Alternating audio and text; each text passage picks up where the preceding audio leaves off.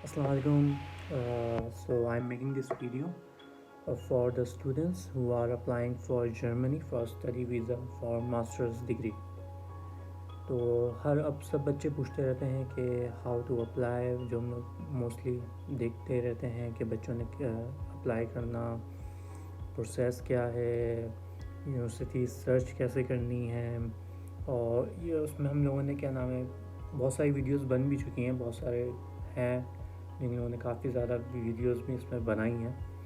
सो ये भी वैसी ही एक वीडियो है, मगर इस वीडियो में बस ये होगा कि मैं सारी चीज़ें इन डिटेल आप लोग को बताऊंगा, and from the top to till bottom, how like search universities from that से लेकर कि आप यूनिवर्सिटी सर्च कैसे करनी है, कहाँ से करनी है, और वहाँ तक का सफ़र से लेके अकोमोडेशन, और उसके बाद भी जर्मनी के में आपको जब आना है तो जर्मनी में आके भी आपको क्या करना है, आपके जो फर्स्ट मंथ के जो ज़रूरी काम होते हैं वहाँ तक की पूरी वीडियो कवर करेगी आपकी। तो फर्स्ट ऑफ ऑल जब हम लोग चेक करते हैं तो ये एक लिस्ट जो मैं अभी आपको दिखाता हूँ, उस यहाँ पे ये लिस्ट आप जैसे कि आप देख रहे होंगे, इस लिस्ट में सबसे पहले how to search universities in from DAT.de।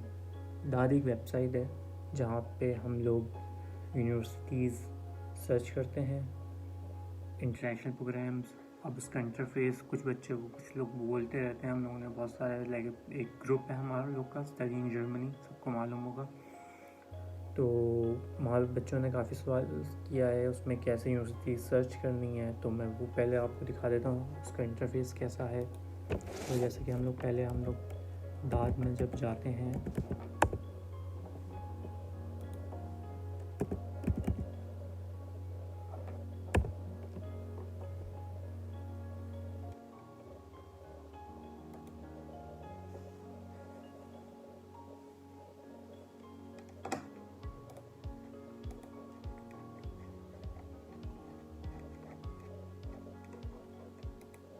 तो जैसे आप देख सकते हैं कि दाद की वेबसाइट में आ गए। यहाँ पे क्लिक करके आप इंटरनेशनल प्रोग्राम्स में चले जाएँ। जैसे कि फॉर एग्जांपल यहाँ पे आपको दिख रहा है study and research in Germany, यहाँ पे आप चले गए।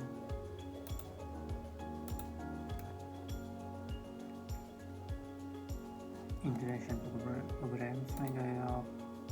अब यहाँ पे आपको सिंपली, फॉर एग्जांपल मैं इलेक्ट्रिकल इंजीनियरिंग के लिए आया हूँ यहाँ पे, तो इंजीनियरिंग आपने लिखा, उससे रिलेटेड सारे कोर्सेज अब आपको, और यहाँ पे आपने लिख लिया कि कौन सी degree, masters, for example English only में आपको चाहिए, और यहाँ पे जितने भी कोर्सेज आएंगे रिलेटेड नाउ सर्च। अभी यहाँ पे आपके पास सारी यूनिवर्सिटीज़ आ गई, यहाँ पे थोड़े से मोर फिल्टर्स हैं, जैसे कि आपको किस सिटी में यूनिवर्सिटीज़ ढूंढनी है, और आपको लैंग्वेज ऐड करनी है, सब्जेक्ट कौन सा है, ट्यूशन फीस आपको फ्री वाली चाहिए, विदाउट फी चाहिए, वो वहाँ से आप फिल्टर चेक कर सकते हैं। फॉर एग्जांपल मैं इसमें से ये चेक कर लेते हैं इलेक्ट्रिकल इंजीनियरिंग, यहाँ पे आपको क्लिक करना है। इसमें आपको ओवरव्यू सिंपली मिल जाएगा कि इसके इसके ओवरव्यूज़ क्या हैं। और इसमें जो सबसे मेन चीज़ आपको चेक करनी है वो बस रिक्वायरमेंट्स है, किसकी requirement. For example IELTS minimum 5.5 है, जर्मन लैंग्वेज A1 है, जो कि आप 1 ईयर आप वहाँ स्टडी करने के बाद आपको शो करानी है, इसमें ये लिखा हुआ है। तो सच अच्छा है, वैसे आप पाकिस्तान से करके जाएँ, और उसकी डेडलाइंस लिखी हुई हैं, कब अप्लाई करना है आपको, उसका पीरियड क्या है अप्लाई करने का। अच्छा, यहाँ पे आपको ख्याल रखना है 2 पीरियड्स होते हैं अप्लाई करने के। एक होता है फॉरेनर्स के लिए, जो कि फ्रॉम नॉन EU कंट्रीज से अप्लाई करते हैं, जो कि जैसे कि पाकिस्तान है, और एक इन EU है। तो हम लोग को अपना वाला देखना है, क्योंकि हम लोग को बहुत पहले अप्लाई करना होता है, क्योंकि हम लोग को उसके बाद वीज़े के लिए भी अप्लाई करना होता है, क्योंकि EU वालों को तो वीज़े के लिए अप्लाई नहीं करना पड़ता, इसलिए उनको ज़्यादा एक्सटेंशन है, हम लोग को एक्सटेंशन नहीं है, इसलिए उनको पहले अप्लाई करना है। तो उस बात का ख्याल रखना है आपको कि डेडलाइन चेक करते हुए हमेशा इस बात का ख्याल रखें। फिर जैसे कि इस यूनिवर्सिटी के बारे में लिखा हुआ है कि आपको एप्लीकेशन यूनिवर्सिटी की वेबसाइट में देनी है। यूनिवर्सिटी की वेबसाइट में जाएँ, वहाँ पे साइन अप करें, साइन इन करें, अप्लाई करें। तो ऐसे करके आप यूनिवर्सिटीज़ सर्च कर सकते हैं दांत में।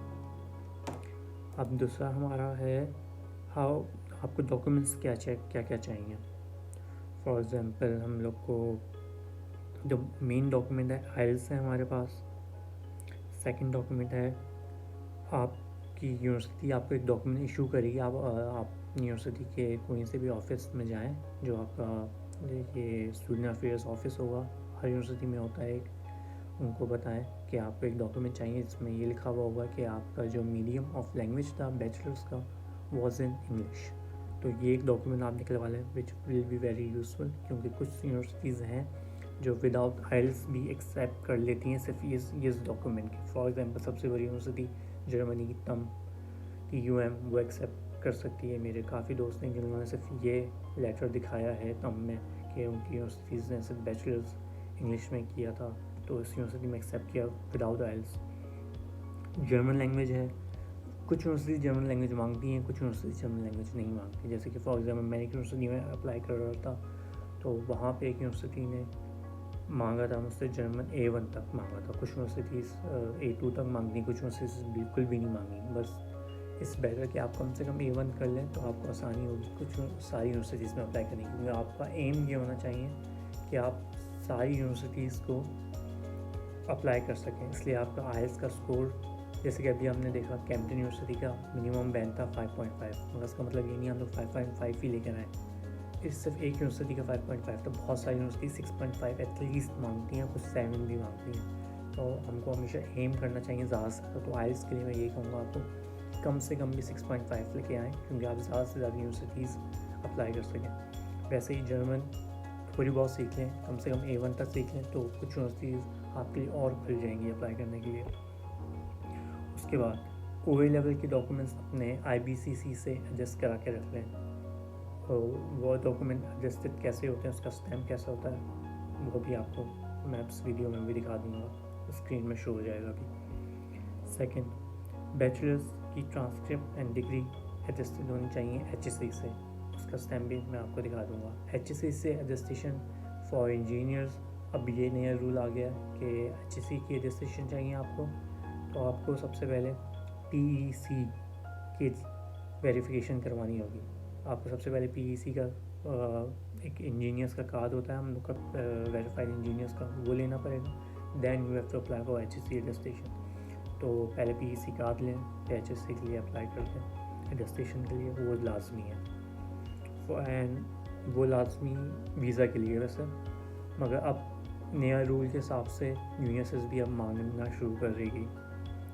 दूसरा, मोटिवेशनल लेटर एक जनरल बना लें मोटिवेशनल लेटर, जिसकी स्टार्टिंग आपकी हमेशा ऐसे होनी चाहिए कि आप हमेशा अपने बारे में बताएं सबसे पहले, थोड़ी बहुत अपने बारे में इन्फो दें। उसके बाद आप O लेवल्स शुरू करें, अपना जो भी आपकी स्टार्ट ऑफ द डिग्री है वहाँ से शुरू करें। यहाँ पे आपका कि आपने इंटर्नशिप कहाँ की, अपने बारे में अपनी एजुकेशनल बैकग्राउंड दें।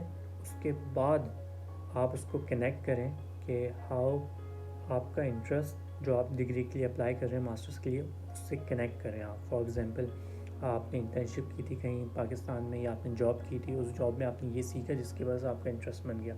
ऐसे करके आप कनेक्ट करना है। एक जनरल सा बना लें, उसमें कुछ चीज़ें आप ऐसी कर दें कि आप इजीली एडिट कर सकें, हर यूनिवर्सिटी के लिए अलग अलग। एक CV तैयार कर लें नॉर्मल, मैं यही प्रेफर करूँगा एक यूरोपियन CV तैयार कर लें। यूरोपास में जाएं, गूगल में टाइप करें यूरोपास, वहाँ पे यूरोपास की एक CV बन के आप वहाँ पे डिटेल्स डालें अपनी, और यूरोपास की CV बन के आ जाएगी।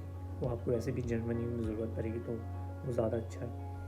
उसके बाद आपके पास हैं रिकमेंडेशन लेटर्स। आप यूनिवर्सिटीज़ में जाएं, अपने जो भी आप प्रोफेसर्स हैं उनको बोलें आपके लिए कम से कम 2 निकलवाएं रिकमेंडेशन लेटर्स, और कोशिश करें दोनों PhD से हों। डॉक्टर्स जो होते हैं आपके हमारे PhD उनसे हों तो ज़्यादा अच्छा है। सेकंड, पासपोर्ट का बस ये है कि आपको जैसे ही आपने सोच लिया कि आप जैसे ये कि आपको जर्मनी आना है, आपको जर्मनी के लिए अप्लाई करना है, आप पासपोर्ट अपना बनाने के लिए दे दें नया 10 साल का, क्योंकि आप ये बोलेंगे नहीं यार मैं तो अभी बनाया था, मेरा तो अभी 4 साल बाकी है, क्योंकि उस वक्त आप अप्लाई कर रहे होंगे, आप अप्लाई करते करते करते शायद आपको 3 साल रह जाएगा। जब यहाँ पे आएंगे आपको थोड़ी सी इश्यूज़ क्रिएट हो जाएंगे, तो इट्स बेटर कि आप पाकिस्तान से ही 10 साल का बनवा के आएँ, क्योंकि आपको यहाँ पे टेंशन फ्री हो, आपको मालूम हो आपका पासपोर्ट बिल्कुल एक्सपायर नहीं हो रहा, आपको उसको रिन्यू नहीं कराना, तो ये अच्छी चीज़ है। डॉक्यूमेंट्स नोटराइजेशन कैसी होती है, कौन से स्टैम्प्स होते हैं, कहाँ से कराने। फॉर एग्जांपल मैं कराची से बिलोंग करता हूँ, तो कराची में आप सिविक सेंटर जा सकते हैं। सिविक सेंटर एक्सपो के बिल्कुल सामने, वहाँ पे आप कोई सी भी नोटराइज शॉप में जाएँ, उनको बता दें मुझे जर्मनी जाना है या मुझे अब स्टडीज़ के लिए जर्मनी जाना है, उनको सब मालूम होता है, वो आपको स्टैम्प लगा के दे देंगे। मैं आपको स्टैम्प कैसा होता है वो मैं आपको स्क्रीन में शो कर दूँगा, उस तरीके का आप वेरीफाई भी कर सकते हैं। यहाँ तक आपका काम हो गया, आपके डॉक्यूमेंट्स रेडी हैं, आपने सेलेक्ट कर लिया आपको कौन से प्रोग्राम में जाना है, अब आपको अप्लाई करना है यूनिवर्सिस में। अब यूनिवर्सिस को कैसे चलाते हैं या यूनिवर्सिस में कैसे अप्लाई करते हैं, तो फॉर एग्जांपल उसको थोड़ा सा इंटरफेस में आपको दे देता हूँ। ये यूनिवर्सिस की मेरी आईडी थी, इसमें पोर्टल है, आप साइन इन कर रहे हैं।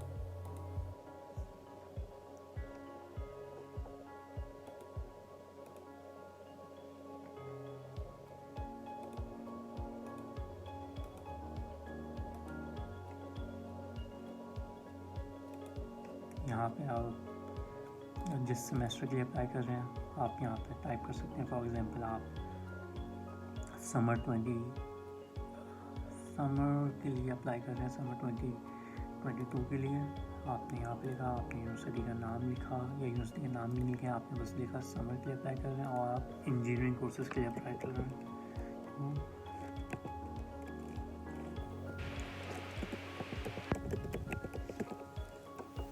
यहाँ पे आपके पास सारी यूनिवर्सिटीज़ या जहाँ पे जो ओपन हुई हुई अभी जिसमें आप अप्लाई कर सकते हैं वो सारी यहाँ पे आ जाएंगी, और यहाँ पर आपको सिलेक्ट करना है, ये आपके यहाँ पे शो होना शुरू हो जाएंगी। यहाँ पे शो हो गई, यहाँ पे आपको प्रोसीड टू पे करना है। पहली यूनिवर्सिटी की जो फ़ीस होगी वो 75 यूरो होगी। उसके बाद जितनी भी यूनिवर्सिटीज़ में आप यूनिवर्सिटीज़ के थ्रू अप्लाई कर रहे होंगे, कुछ यूनिवर्सिटीज़ के थ्रू अप्लाई करते हैं, कुछ यूनिवर्सिटीज़ होती हैं जिसमें आप वेबसाइट में जाके अप्लाई करते हैं। तो फॉर एग्जांपल यहाँ पे आप प्रोसीड टू चेकआउट किया आपने और पे कर दिया, यहाँ से आप पे कर देंगे उनको।